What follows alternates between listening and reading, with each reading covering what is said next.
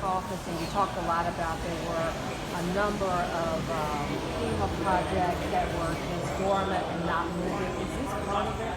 Well, this is an example. This fire station absolutely is an example of projects that were either stalled or just backlogged, that we just needed to move them along.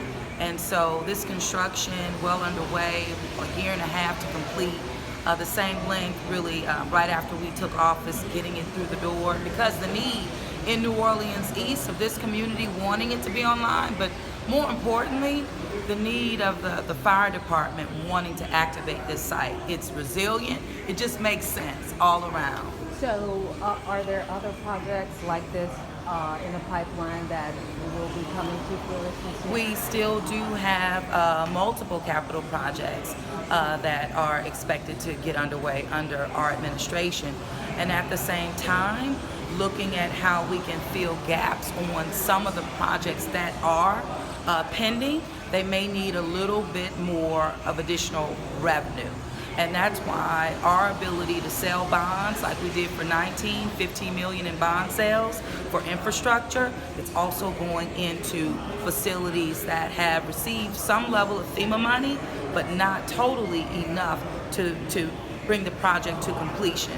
And so it's about leveraging our dollar, our bonding capacity with federal money to realize projects that are in queue and those that we want to bring online. You mentioned bonding November 16th. Yes. There are 3 things on the ballot to help the city with its affordability of infrastructure projects. Talk about that and why you see that as critical. Sure. So we do have it's a ballot of yes that's going to the people, to the voters, asking $500 million in bond sales that will allow the city of New Orleans to activate those dollars on the front end, leverage it with federal money to fully focus on infrastructure, roads, streets, drainage, which has been a top priority for my administration and one that is a top priority for residents. So the ability to activate those bond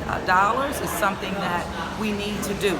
Especially now with an improved credit rating, we get more bang for our buck. And there is no other time greater than now to focus on infrastructure improvements. You got the 3 mills. 3 mills, rededicating them, 3 mills to maintenance. We have had a dark cloud over our head, particularly by the federal government, because as a city, we have not adequately maintained the infrastructure and investments that have been made.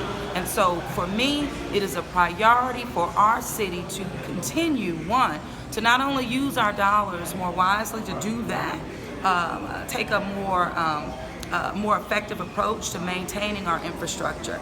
And you can look how the can has been kicked down the road repeatedly, and that just doesn't, one, ensure that we have infrastructure that we can depend on in times of need. And that's been demonstrated time and time again, especially when it comes to roads, our street conditions, the drainage, our flooding that we're seeing in neighborhoods that we haven't seen before. Short-term rental tax, will that money, if it's approved and the city get it in order to fight for infrastructure? Absolutely. The short-term rental tax is an equalizer.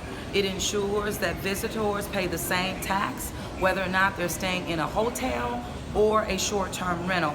That is a part of the FairShare deal that we were able to get at the state level that will generate about $27 million recurring dollars for the Sewage and Water Board and infrastructure across the board. We have to do it. We need to improve our drainage.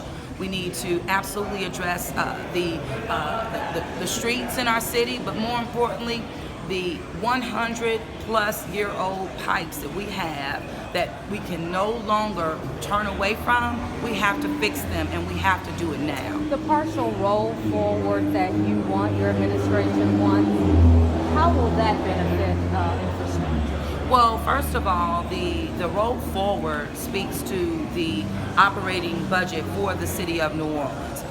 We have been living for far too long on one-time money, which is now going away, which has created gaps in the budget. So for example, for 2019, my administration had to fill a gap of $50 million, and we did that through many efforts in terms of our zero-based budgeting, looking internally how we can not only save money, but be more efficient and be great stewards of the taxpayers' money. So we have been able to do that, but at the same time, we want to keep the good things going.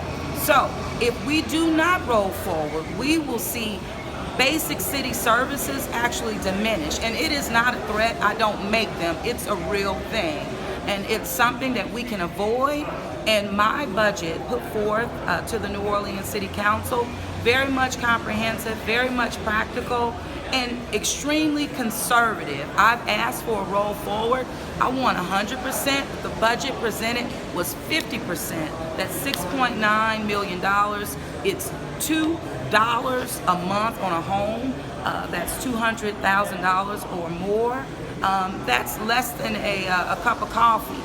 And it's worth the investment in this city. Do you think you'll win this fight with the city council? And can you just tell us where the city is in terms of receiving any of the money that was a part of the big FairShare announcement by the governor? Do you have any of that? Well, remember, the entire deal was structured based on one-time upfront money and reoccurring.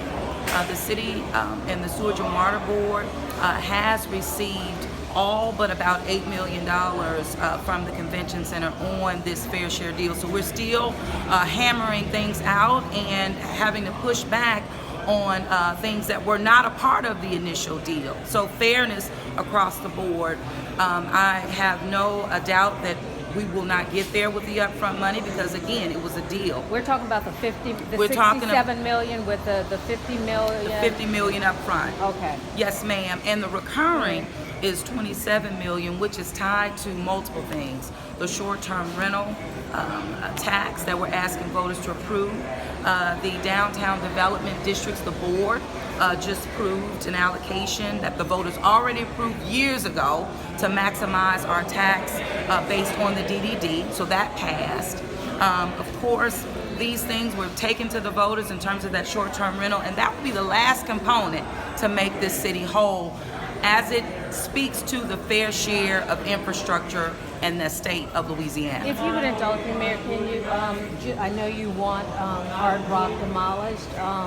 What obstacles are you facing with that, and are you confident it will happen, and who's going to bear the brunt of the cost for that? Well, as it relates to the collapse of Hard Rock, I think we have been very much upfront with the people and also with the media in terms of where we are. The priority always right now continues to be focused on making sure that we get the remains of our people out of that building. And that is the top priority, as well as reducing the collapse zone that will allow our businesses to, return back into commerce. The responsibility is on the ownership of the site. And that has been moving forward and it's been progressing. We've seen activity every single day, and we will continue to see more activity as it relates to some demolition that needs to happen in order to get our people out of the building. Mayor, thank you. We appreciate it. Thank you so much.